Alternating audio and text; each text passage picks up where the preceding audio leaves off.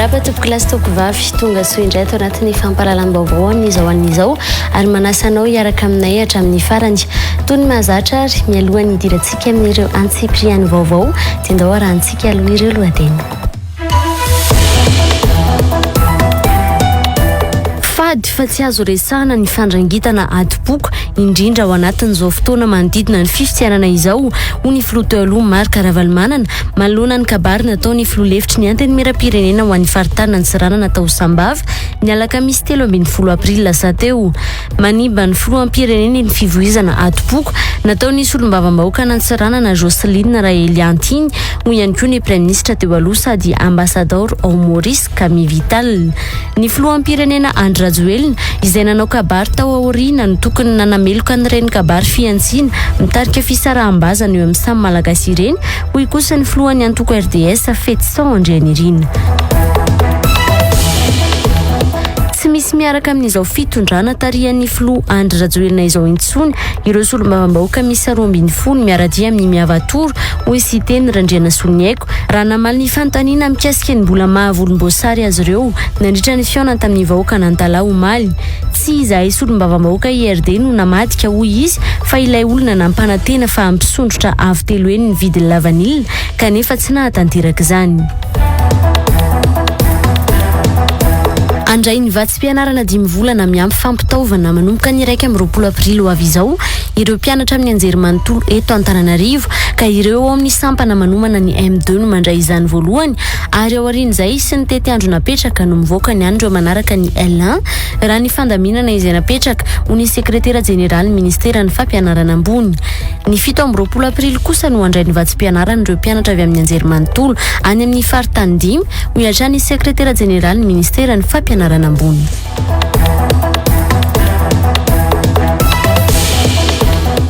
Efa vonao ihany koa miora hitondrantsika an'ireo tsara ho fantatra mahakasika ny vinavinany mety ho toetry ny andro ho an'ny rampizo.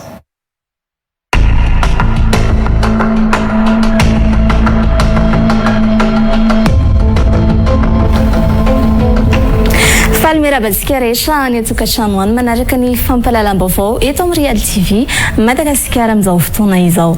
Ndao ary ho fantasika indray ny mety ho vinavina ny toetry ny andro raha ho andro rampitso talata fa 20 ny volana aprily taona 2024 sy 2025. Raha mahakasika an'izay vinavina ny toetry ny andro izay dia saika hitoetra ny orana tandrifindrahona ho an'ny afoatany sy any amin'ny tapany avaratry ny nosiny raha faritra sisa ambiny kosa dia saika hivadibadika ny toetry ny andro. Raha ho an'ny afoatany ary ny tapany maraina andeha nomboantsika izay vinavina ny toetry ny andro izay dia tazantsika amin'izao fa anorana tandrifindrahona izy ny tapany maraina raha toka hitana rotsakorana mety ranokotrika kosa ny ato fianarantsoato. Raha ny aninosy indray ary nondeha no izantsika izay vinavina ny toetry ny andro izay dia hitantsika amin'izao fa anorana tandrifindrahona inosy aka vinavinaina mandiditra ny 20 ka hatramin'ny 20 degré Celsius ny maripana. Ndao ary iverenantsika indray reto faritra sisa ambiny reto. Raha ijerentsika ny atoato Masinato dia hitana rotsakorana izy raha toka hitana orana tandrifindrahona kosa ny ato Antsiranana sy Santa Maria ato. Raha ijerena isika ny any amin'ny tapany atsimon'ny Nosiny dia ibalikinga aby masoandro. Zay ary ny mety ho vinavina ny toetry ny andro ny tapany maraina. Ndao fataritsika manaraka hoe tony ahoana kosa ary izay toetry ny andro izay ny tapany ariva raha ho an'ny avoatany hatrany no andeha no izantsika azy dia mbola hitohy izay orana tandrifindrahona izay fa raha ijerentsika ny atao fianaratsoa dia efa nimbiasa ny rahona sy ny masoandro izy. Ny sava kosa nefa ilay orana tandrifindrahona teo ny tany Santa Maria satria dia ibalikinga aby masoandro raha toka efa nimbiasa ny rahona sy ny masoandro ny ato Toamasina sy Antsirana nato. Raha ny maripana ambandrindra no fataritsika manaraka dia tazana izany ho an'ny any fianaratsoany izay vinavinaina manodidina ny 14 ka hatramin'ny 20 degré Celsius ary ny ato Mahajanga ato mahitasika ny maripana ambondrindra izay vinavinaina manodidina ny 13 ka hatramin'ny 19 degré Celsius. Ato izay ary ny mety ho vinavina ny toetry ny andro raha ho andro rampitso talata 20 ny volana aprily taona 2024 sy 2025. Raha ny masoandro kosa ho an'ny afoatany dia hiposaka amin'ny 9 raha maraina ary ileny antsika amin'ny 10:60 ariva. Akasitrany isika rehetra ary niaraka aminay hatramin'ny farany ary mbola saiko ampanajana ianao anaraka ny fampahalalam-baovao eto amin'ny Real TV Madagasikara. Mirary herinandro vaovao ampifaliana ho antsika rehetra ary. Veloma tsaboko.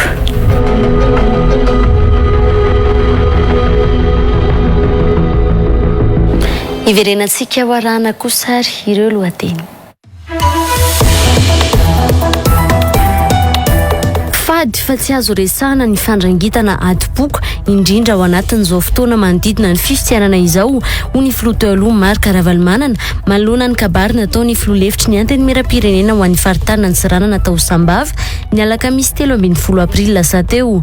Manimba ny filoham-pirenena ny fivoizana adi-poko nataony solombavam-bahoaka Antsiranana Jocelyne Raeliantiny ho ihany koa ny Prime Ministre teo aloha sady ambassadeur ao Maurice Camille Vital. Ny filoham-pirenena Andry Rajoelina izay nanao kabary tao aoriana no tokony nanameloka an'ireny kabary fiantsiana mitarika fisaraham-bazana eo amin'ny samy malagasy ireny hoy kosa ny filohan'ny antoko RDS Fetsan Andrianirina. Tsy misy miaraka amin'izao fitondrana tarihan'ny filoha Andry Rajoelina izao intsony ireo solombavam-bahoaka misy 12 miaradia amin'ny miavatoro hoy siteny Randriana Soniaiko raha namaly ny fanontaniana mikasika ny mbola mahavolomboasary azy ireo nandritra ny fiaonany tamin'ny vahoaka Nantala omaly. Tsy izahay solombavam-bahoaka IRD no namadika hoy izy fa ilay olona nampanantena fa ampisondrotra avy telo eny ny vidiny lavanilina kanefa tsy nahatanteraka izany.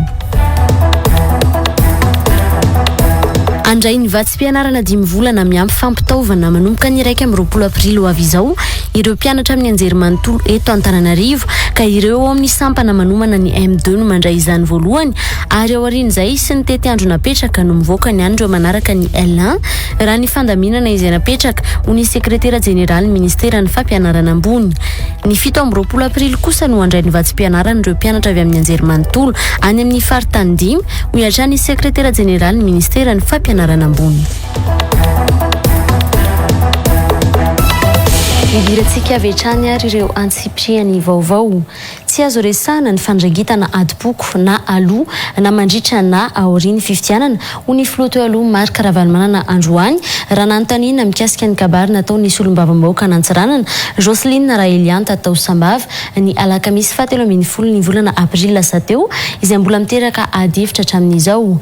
Fady hoy izy ny miresaka firazanana sy fivavahana ary arena satria samy manana ny safidin'ny olona. Nilaza ny ho an'ny Antsiranana atoato moa ny filoha teo aloha Marc Ravalomanana raha nambarany androany hijery ny zava-misy marina.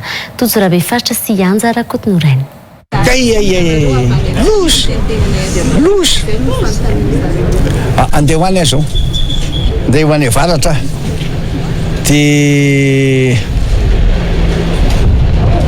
andeha ho any avaratra dia ho jereko ny zava-misy aloha iny tsy ny zavatra eniko fotsiny iny fa zavatra tonga dia resako andareo tsy azo resahana amin'ny resaka fampelezan-kevitra na melona mandritra na aoriana ny fandrangitana adi-poko na fiaviana na fivavahana na koa firazanana na fampiterana arena tsy azo atao zany na ao atokantrano raha tena fady satria samy manana ny safidiny olona malalaka tsara.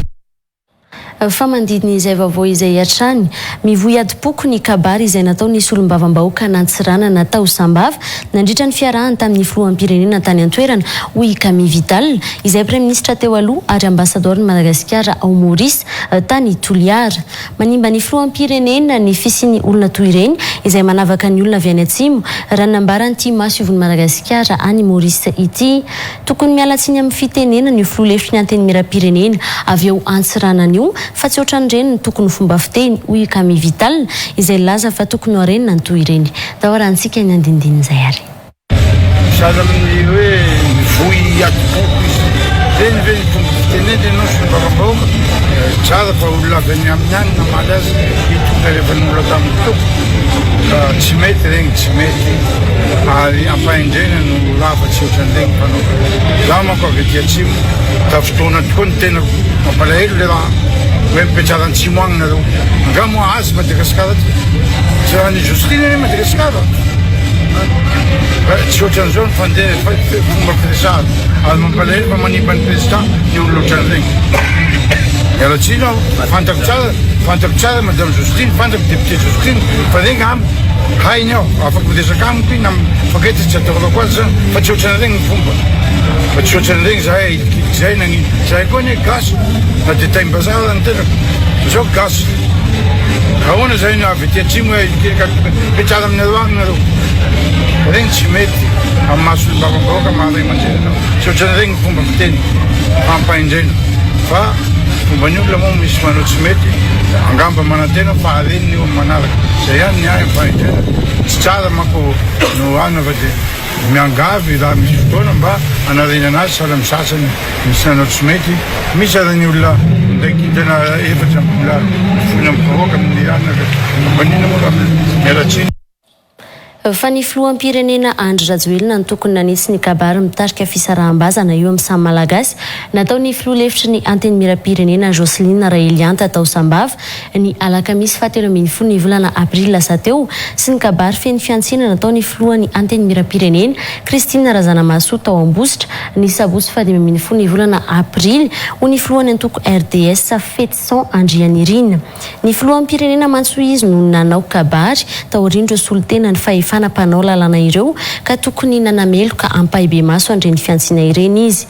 Laza ihany koa ny solom-bavam-bahoaka Tojosoa Andriamampandry fa tsy tokony entina amin'ny fony fanaovana politika fa atao ampisainana. Manery ny filoha lefitry ny anteny miram-pirenena ho an'ny faritany Antsiranana hanao fifonana ampahebe maso araka izany ity solom-bavam-bahoaka Timma ity. Tojo Rabefaritra sy Anja Rakotonorainy. Fisainana amin'ny rehefarehefa amin'ny tany ny solombavam-bahoaka Antsiranana Jocelyne Raelianta nanevateva ny fiavian'ny olona tsy mitovy jery politika aminy tamin'ireny kabary nataony tao Sambava ny alakamisy 17 aprily lasa teo ireny hoy ny solombavam-bahoaka Timma Tojosoa Andriamampandry androany. Ny hevitra ngeny no tsy mitovy yafatsy ny olona ka ianao zany ary rehefa manao politika dia tokony tsy ataony fo anao fa ny saina no tokony miasa zany. Raha misy zavatra tsy hiditra vinao hevitra amin'ilay olona na ara-politika io na ara-tsosialy io na ara-toekarena io dia any no divanao hevitra fa tsy hoe ny olona varianana na varianana na variatsimo dia alanao ilay olona dia tevadevainao salamy reny dia zany fisainana ohatra zany ve mirehefarehefa amin'ny tany no tenenina olona mbo fidy amin'izao fotoana ary olona mbo fidy eo amin'ny fitondrana. Ny mpitondra izay tokony ampirainy malagasy mihitsy no mivoy ny fisaraham-bazana amin'izao ho ihany koa ny filohany antoko RDS Fetson Andrianirina izay manameloka ireny lahateny ny filoha lefitry ny anteny miram-pirenena ireny. Raha ohatra ka hoe olona ivelan'ny fitondrana no mivoy an'izany ataontsika hoe fifanenjehana eo amin'ny samy malagasy zany mbola mety azo eritreretina ihany fa ny olona izay atao ampiray ampivondrona ny malagasy no indreo lasa miseho mihitsy manao an'izany zavatra zany ary tsy mety ary tsy hitondra filaminana eto amin'ny tany sy ny firenena zany. Izay ato amin'ny antoko roso ny démocratie sociale na ny RDS dia manameloka tanteraka anireny fihetsika fiantsiana ireny.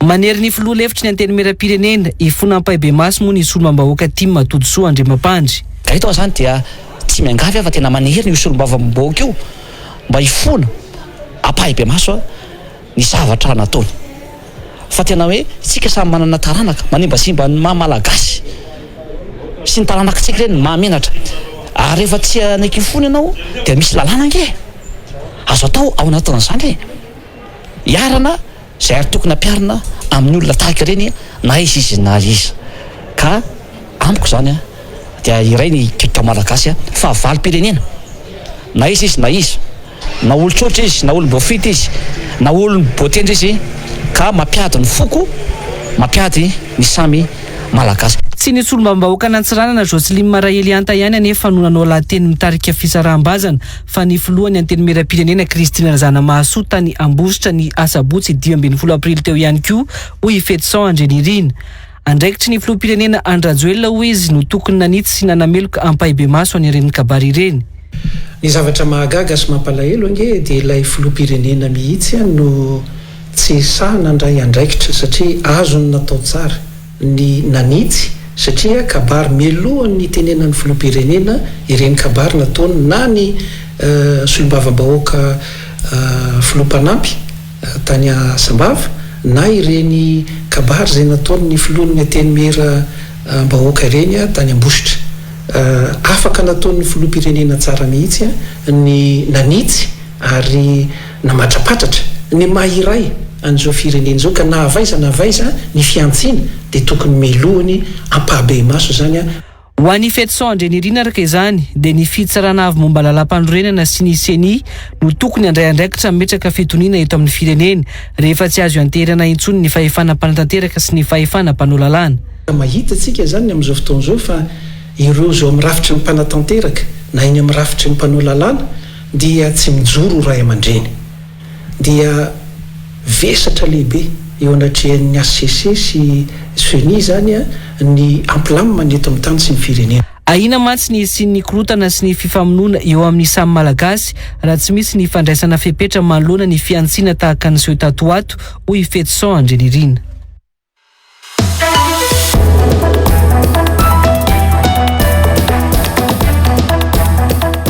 Ovahiny ny fandarana l'invité du jour anio alatsinainy fa 7 ny volana aprily taona 2024 aoriny ny fampalalambavao amin'ny 6 ora alina eto amin'ny Real TV Madagascar. Ramatoa Joas Eleonor Solombabaoka ny Madagascar voafita ho vaingan-drano mpandrindra nasionaly ny Antoko tsara tahafina iresaresaka mahakasika ny tontolo politika ny fifidianana ary ny raha ramafana eto amin'ny firenena fa eo ihany koa ny fitantanam-bola mpanjakana sy ny fitantanana raha mpanjakana. Anasana wari naraka izany.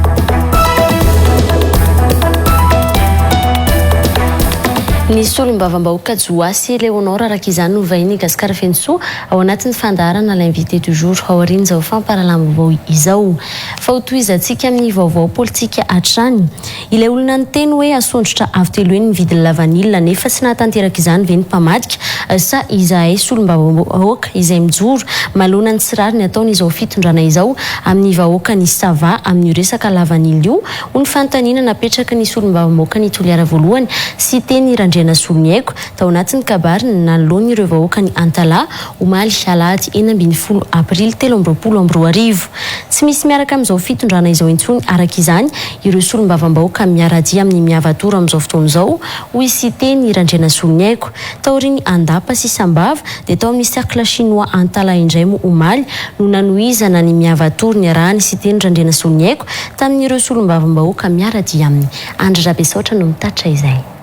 Nakotraka ny fandraisan'ny vahoaka n'Antala ny siteny Randriana Soloniaiko tao Antala tamin'ny 3 ora tolakandro no nigadina tao an-toerana izy niaraka tamin'ireo délégation niaraka taminy izay nanatanteraka ny miavatora.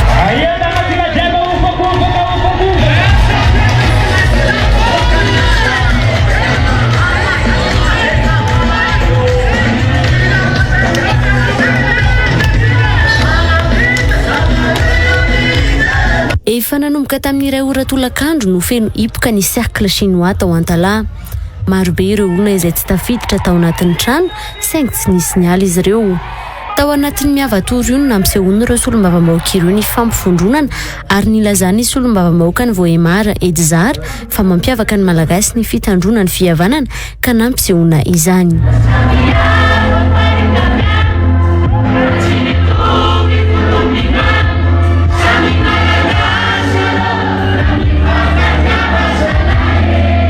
Nambaran'ny solombavam-bahoaka ny Toliara voalohany sy teny Randriana Soloniaiko tao anatin'ny kabary ny tao Antala io fa tsy izy ireo no namadika fa izay tsy nahatanteraka ny fampanantenana tamin'ny vahoaka. Mpanao politika izaho sy teny Randriana Soloniaiko sy sasatrasana aminay dia IRD fa izaho zavatra ambaranay sy jorona eto androany misy milaza hoe namadika reo namadika palto reo mpanao politika mpamadika palto reo fantanina mipetsaka dia zao izany namadika lay ny teny hoe hatomboko avy telo eny ny vidiny lavanilina sa izahay tompoko hataonay akory ny anohananay hijoronay hanohanana zao fitondrana zao ianareo havanay ara maty fa disonay eo anatsy ny lanitra ve fahadisoana eo anatrany havanareo ve raha mijoro izahay androany hoe tsy rariny tsony izao zavatra ataonao zao ry fitondram-panjakana zay tariny Anjy Rajoelina tompolasy tomboko vavy.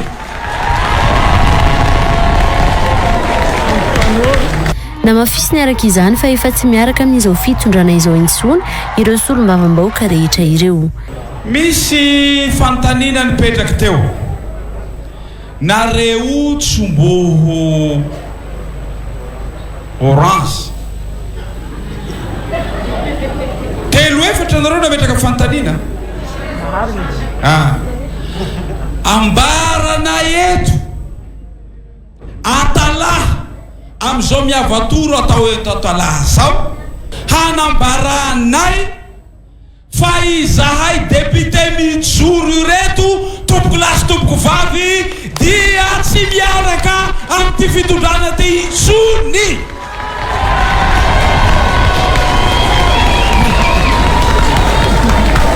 taoriny fionana tao anatin'ny trano mihidy io tsy nialina ireo mpanaradia azy fa mbola nifampiresaka akaiky tamin'ny siteny Randriana Soniako.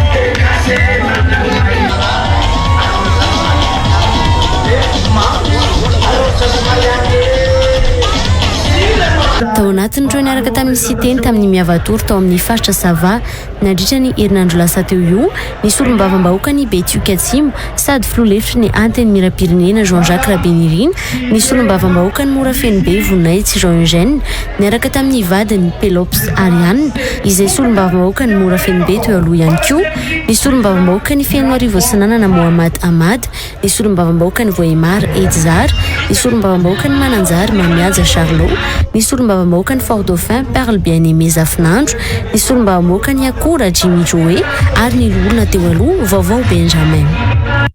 Ny fitsinjaram-pahefana tena izy ny fanapariam-pahefana ny ady amin'ny kolikoly ary ny mangarahara sy ny fitantanana ny raharaha-mpanjakana no hitoviana hevitra amin'ny siteny Randriana Soniaiko raha nambaran'ireo tanora tao Faradofay ny sabotsy lasa teo nandritra ny fananganana ny komity mpanohana nyity solombavam-bahoaka ny Toliara voalohany ity misokatra ho an'ny rehetra ihany koa ny fiaraha-miasa amin'ny fanohanana ny siteny Randriana Soniaiko ao Antalaha raha ny fampafantaran'ireo mpikambana nataon'ny solombavam-bahoaka tany an-toerana. Mitaky ny fiovana rafitra sy fiovana ny fitantanana ny raharaha-mpanjakana amin'izao raha ny hanambaran'ireo mpitondra teny avy ao amin'ny komity miavatoro amin'ny faritra Anosy. Mampikaikaiky ny vahoaka raha ny hanambaran'izy ireo ny tsy fandriam-pahalemana ny tsy fametrana ireo rafitra isanambaratongany eto amin'ny firenena ny tsy fitsinjarana aradrariny. Noho izany ny fitsinjaram-pahefana tena izy ny fanapariam-pahefana ny ady amin'ny kolikoly ary ny fangaraharana ny fitantanana ny raharaha-mpanjakana izay tovizanay hevitra amin'ny fomba fijery amin'ny président siteny Randriana Soniaiko.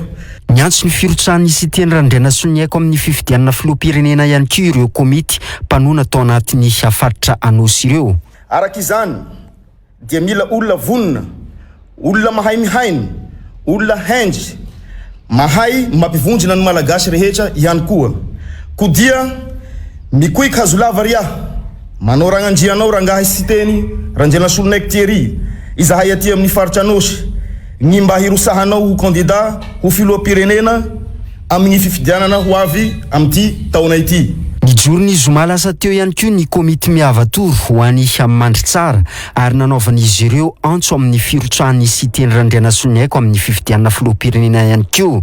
Nisy ny fivoriana ny arahan'ireo komity ireo nanomanan'izy ireo io miavatoro tao an-toeran'io. Misokatra ho an'ny rehetra ihany koa ny varavarana ho an'ireo hiditra ho mpikambana ao amin'ny prositeny ao Antalaha ny fampafantarana nataon'ireo solombavam-bahoaka tao Antalaha omaly. Tao anatin'ny nanolotra izany ny solombavam-bahoaka ny Mananjary Mamiaja Charlot. Fa ho an'ny vaovao manodidina ny fifidianana nahitana fahadisoana teo amin'ny anarana sy ny daty nahaterahan'ny Lalao Ravalomanana raha ny hitan'izy ireo nandritra ny fanamarinana ny anaran'ny fianakaviana Ravalomanana teny amin'ny Braony Fokotany Faravohitra Androany. Tsy avy amin'ny Fokotany ny fahadisoana fa any amin'ny Seny ho ny filoha teo aloha Marc Ravalomanana nanentana ny olom-pirenena rehetra mba hanara-maso ny lisy mpifidianana eny amin'ny Fokotany araka izany ny filoha teo aloha Marc Ravalomanana.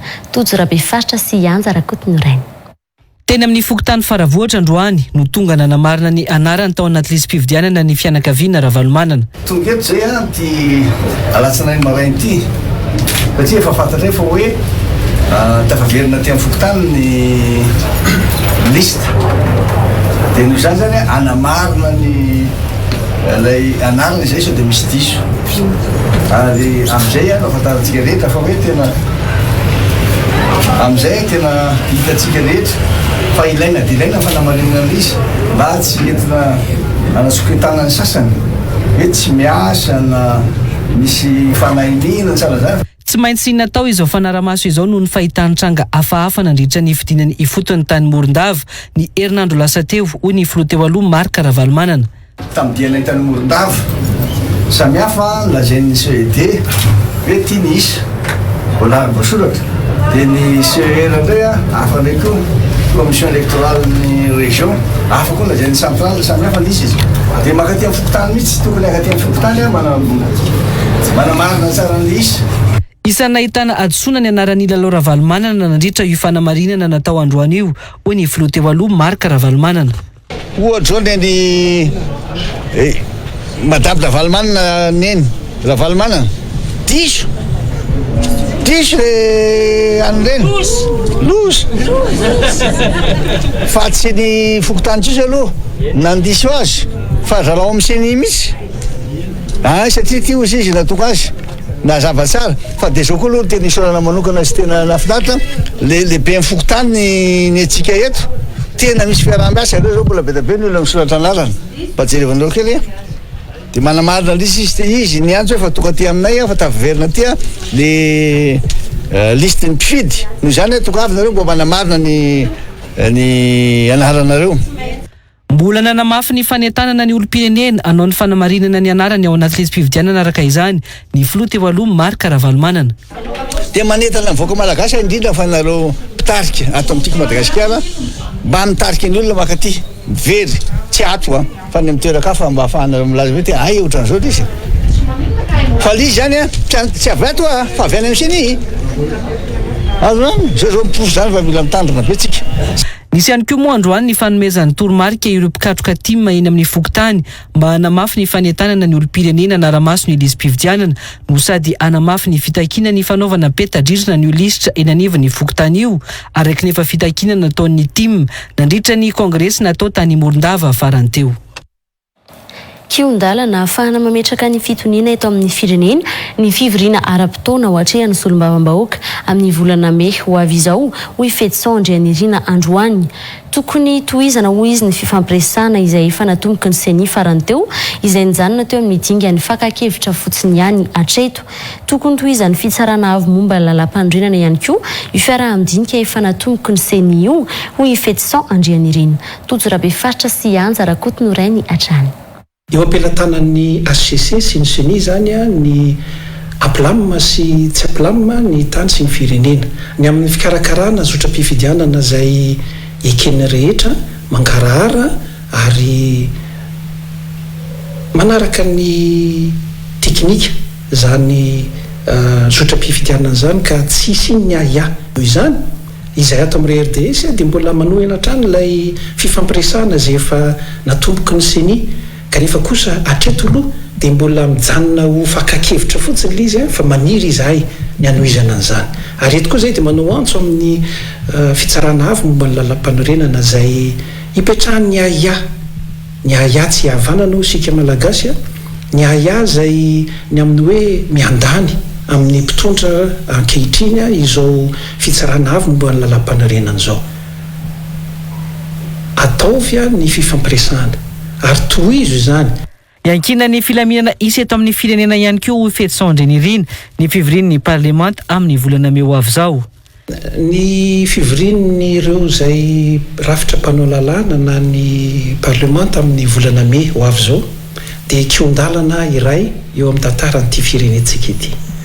Na zany ilay fifampiresahana zay natsoinay teo ny ataon'ny seni sy ny HCC dia hiteraka fifanarahana ary fifanatonana eo amin'ny samy mpisehatra ny ara-politika dia io fivorininy anteny mira anakiroa reo no hanamarina ary indrindraindrindra anamafy an'izany fifanarahan'izany mba isin'ilay filaminana eto amin'ny tany sy ny firenena. Mbola nanamafy hatrany ny antso amin'ny fanaovana ny dinika eo amin'ny mpisehatra rehetra mialoha ny hiatrehana ny fividiana ihany koa moa ity filohan'ny antoko RDS ity. Fa ho an'ny lafim-baovao hafa kosa indray mbola olana nosedran'ny tanora eto Madagasikara hatrany ny tsy fananana lalam-bola ho an'ny tetikasa ankoatra ny fanambaniana ataon'ny fiarahamonina amin'ny tetikasa izay kasaina atao raha nambarany filoham-pirenena Andry Rajoelina androany. Tsy omena sehatra ihany koa ny famoronana asa eto Madagasikara raha ny nomariany ho an'ireo mpandraharaha tanora ambaran'izy ireo fa lasa manjaka ny fanafarana entana avy any ivelany ka tsy dia mahataitra ny olona loatra ny avy eto an-toerana. Ho an'ny androany moa dia nisy ny fanolorana loka ho an'ireo orinasa malagasy tantanana tanora miisa 5 izay tafiditra tao anatin'ny tetikasa fiariana. Nomena Ravaoarivony sy tokony enina Randrianjatovo. Manana vahana amin'ny sehatra ny fandraharana i Senegal ho ny filoham-pirenena Andry Rajoelina androany nandritra ny fanokafana ndinika ny fanaovany tamin'ny mpandraharaha ireo orinasa ao Senegal izay saika misehatra amin'ny digitalisation eto Madagasikara. Nambarany filoham-pirenena fa mahavita an'izany malagasy fa tsy nomena sehatra. Tanao zao tsika manao an'ireny le hoe digitalisation dia manao hoe ny mpiasa-mpanjakana rehetra dia mena carte avokoa mba tsy sisiny hoe vola mivezivezy satria rehefa vola mivezivezy dia lasa misy ny kolikoly satria lasa misy mandrimbona eny andala eny mandeha eny dia raha 100 mialadia dia 40 sisany tonga ny fotony satria be loatra ilay avikerakarana amin'ny vola. Dia nanaotsika digitalisation dia ao anatin'izay digitalisation zay dia orinasa sénégalais zao no manao an'izay eto Madagasikara fa misy malagasy mavita an'izany fa tsy nomena sehatra satria ny any Sénégal dia ny ankamaroany ny orinasa dia ny sénégalais avokoa no manao anazy. Eny ary nareo zao mety mahita ohatry mety za mino hoe mety misy malagasy mahay an'izany. Olana sedrain'ireo tanora ho hiatrany ny filoham-pirenena ny tsy fisian'ny lalam-bola enti-mandraharaha ary ihany koa ny fanambaniana ataon'ny fiarahamonina ireo tanora rehefa manana tetikasa. Lalam-bola hoe ahoana moa zany no ahafahana miinvestir amina projet anankiray.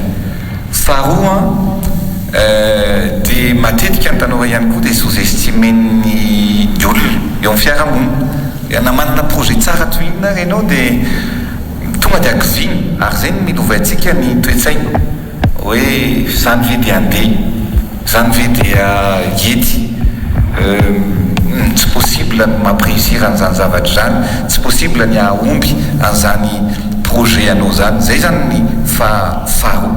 Isan'ny olana sedrainy mpandraharaha ny fanafaranentana raha nambara ny mpandraharaha iray. Ny concurrence, ny importation izay tena ataoko hoe mibahana be eto amintsika ary tsy anisan'ny tsy mampiroborobo ny industrie malagasy ny importation satria nahoana ny ohatra fotsiny zao ny prix ny produit importé rehetrarehetra zao dia tena azo atao hoe mibahana be zany izy oharina amin'ilay produit local dia lasa miorienteny amin'ilay importation daholo le olona rehefa mikonsome. Nidinika niaraka tamin'ny mpandraharaha androany filoham-pirenena Andry Rajoelina tao anatin'izany ihany koa no nanolorana loka ho an'ireo mpandraharaha miisa 5 izay nanana tetikasa tsara ho an'ny fiariana. Tao anatin'izany ireo misehatra amin'ny asa tanana, ny fandrinana kafe, ny fandrinana menaka avy amin'ny voanjo, ny mpitrandraka sakafo an'ny omby. Azo vola mitetina 10 tapitrisa ariary ireo mpandresy tao anatin'ny tetikasa fiariana io ankoatra ny fanolorana fitaovana hoentina miasa ho azy ireo androany teny amin'ny lapa-mpanjakana Iavoloha.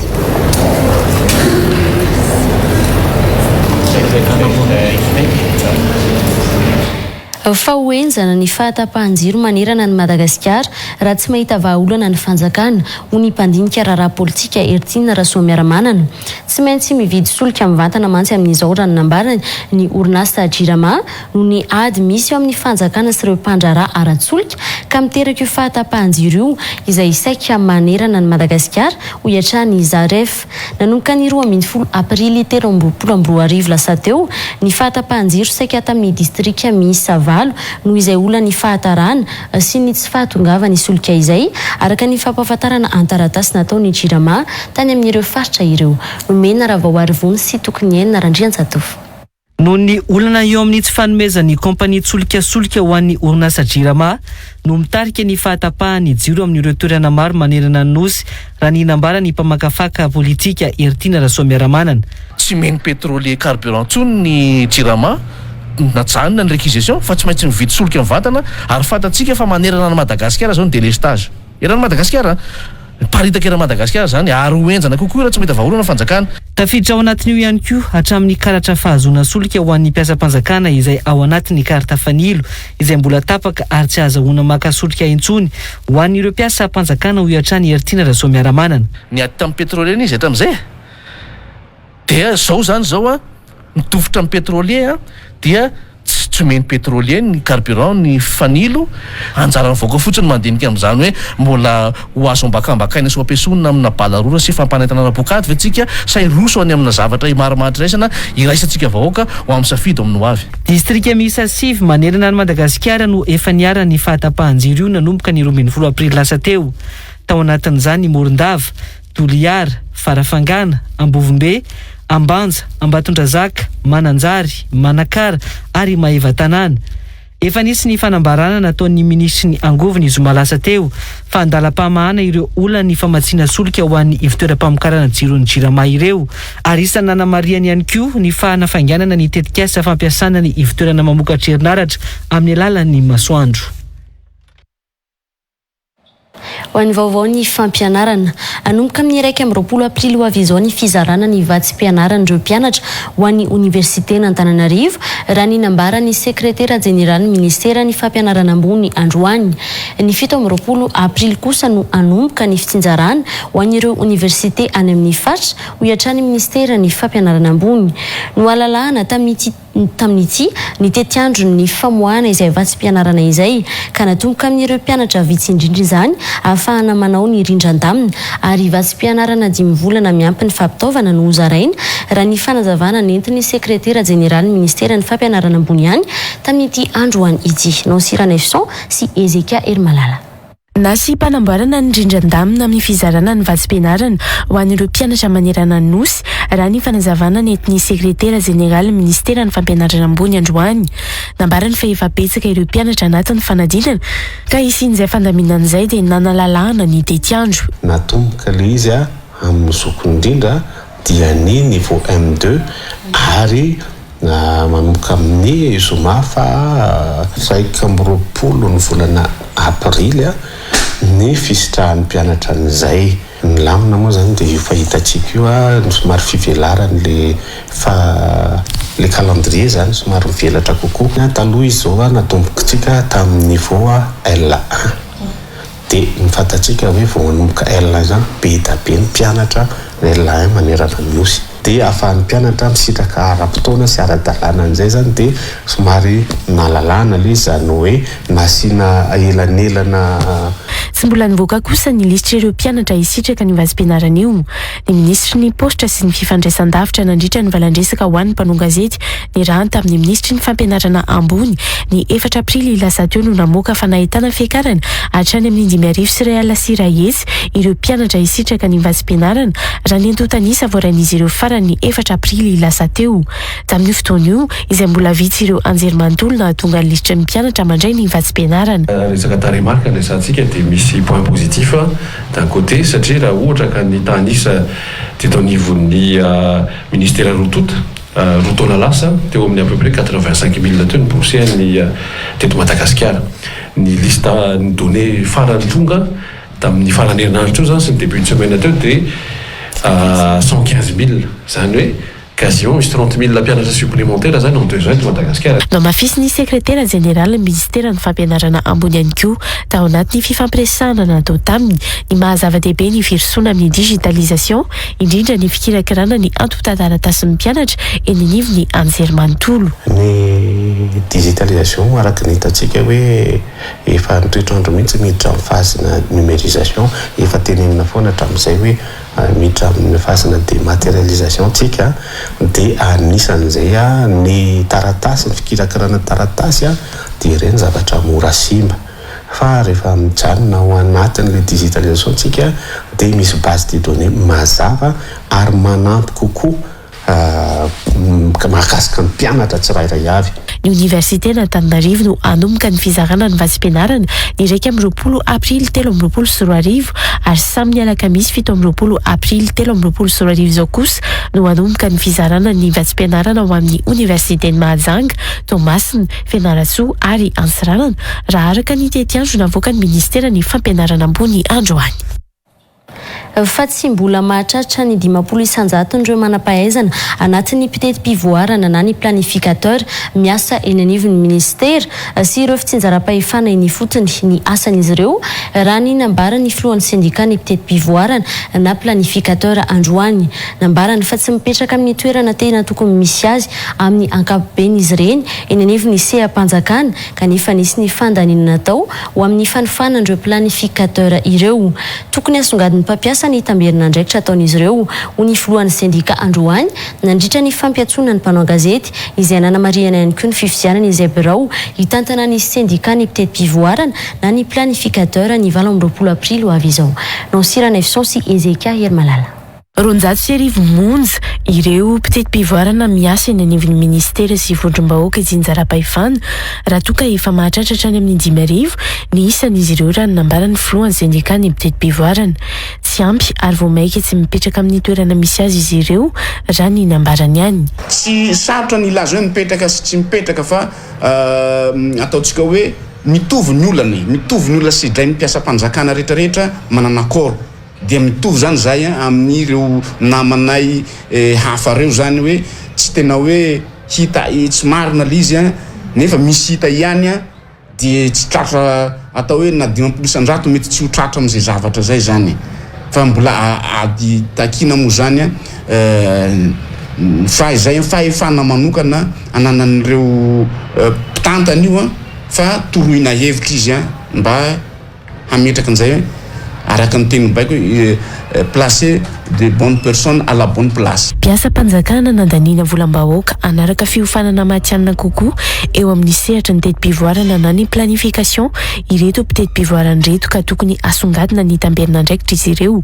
Ireto faran'izay nianatra ny fandrafetana tetikasa, ny fomba fijery eo amin'ny lafiny toe-karena ary ny fandrafetana ny tety-pivoarana. Mariko fa ny fanjakana no miantoka ny fianaranay ray manontolo satria mpiasa-mpanjakana ihany no mahazo miditra ho mpitety-pivoarana zany hatramin'izao ka ho anay tsara raha songadina ny mpitety-pivoarana. Iza moa no nasongadina azy raha tsy ny mpampiasa anao manana ny antsoina hoe tamberina andraikitra zahay ho an'ny vahoaka zay fahaiza manaonay zay mila songadina, mila anaovana tamberina andraikitra satria volam-bahoaka no nandefasana anay satria raha olona tsy manana fahaiza manao no petraka amin'le toerana dia ina no ataonao tsy maintsy manafatra ina no lazako n'ireny consultant reny avy any ivelany ianao zany hoe zany mandovola dia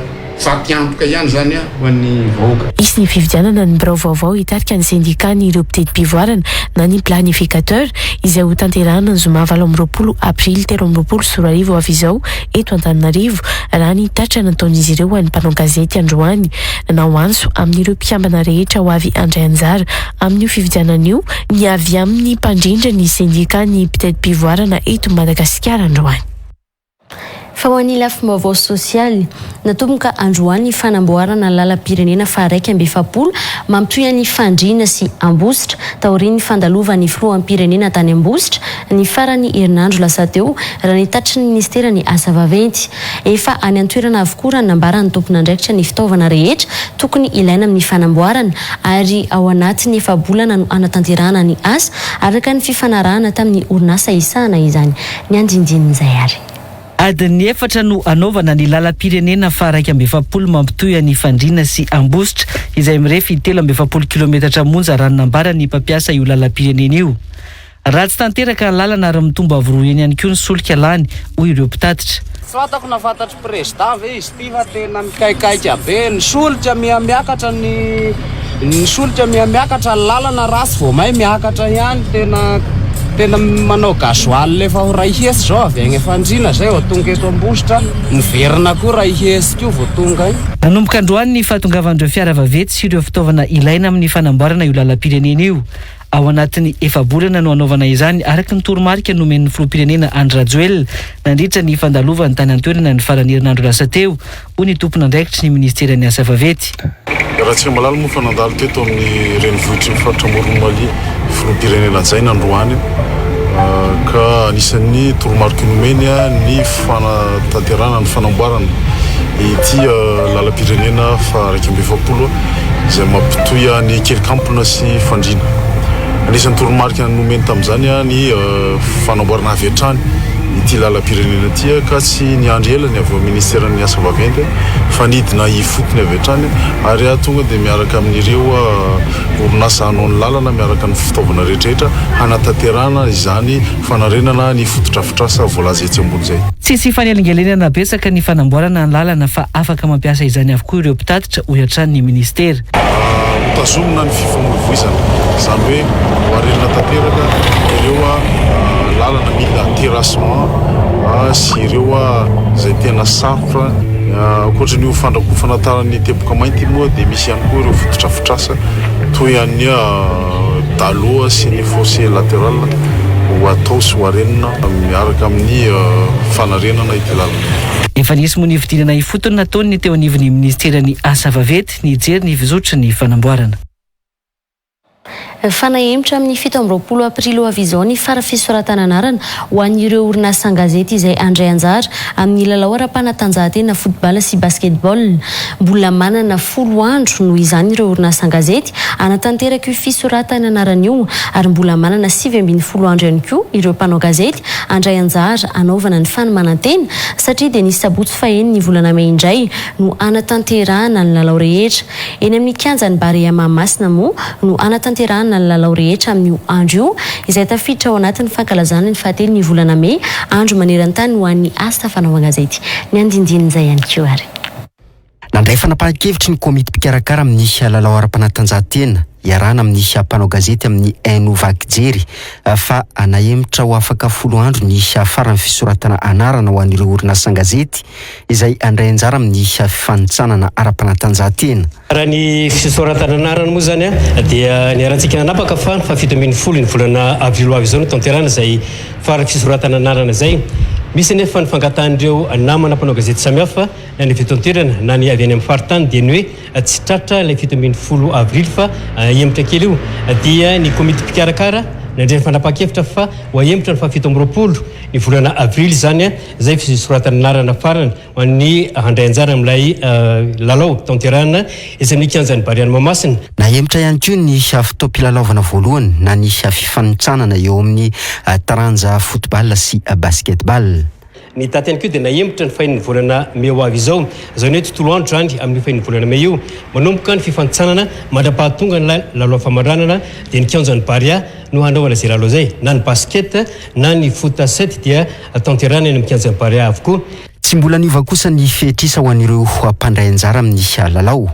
15 ny mpilalao baolina kitra miaraka amin'ny mpanazatra ary 10 ny mpandray anjara amin'ny lalao basketball miaraka amin'ny mpanazatra izay sady misy ny lehilahy no misy ny vehivavy milalao ao anatin'izany. Briquet Bic. Comptez sur Bic. 3000 allumettes équivalent à 2 briquets sans marque ou à un seul briquet Bic Maxi. Briquet Bic. Comptez sur Bic. Faites le calcul. 3000 allumettes équivalent à 2 briquets sans marque ou à un seul briquet Bic Maxi.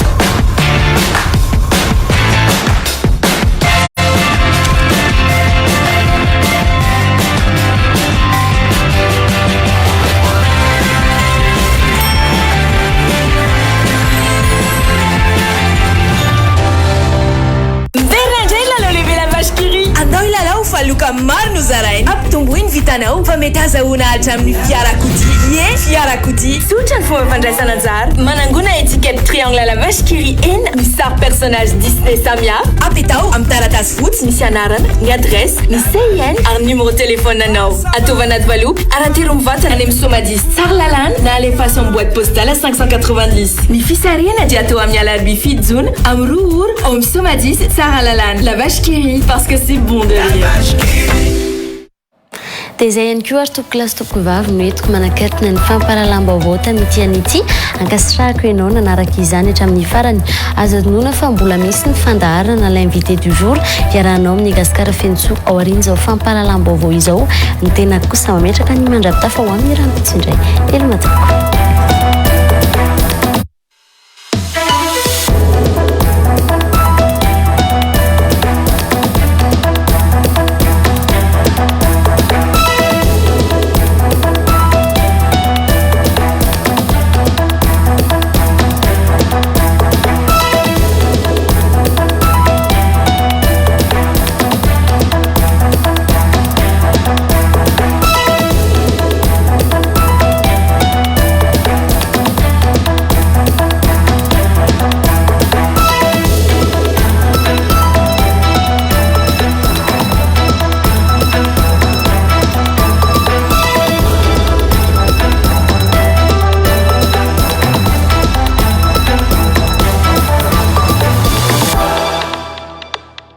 Real News Natulchi.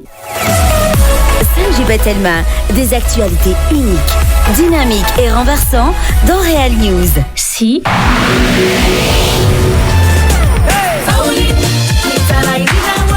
Vaovao be Vaoline poudre lavande sady manitra no mandroatra tsara nefa tsy manimba tanana mbola io foana ilay Vaoline mazatra antsika toy ihany koa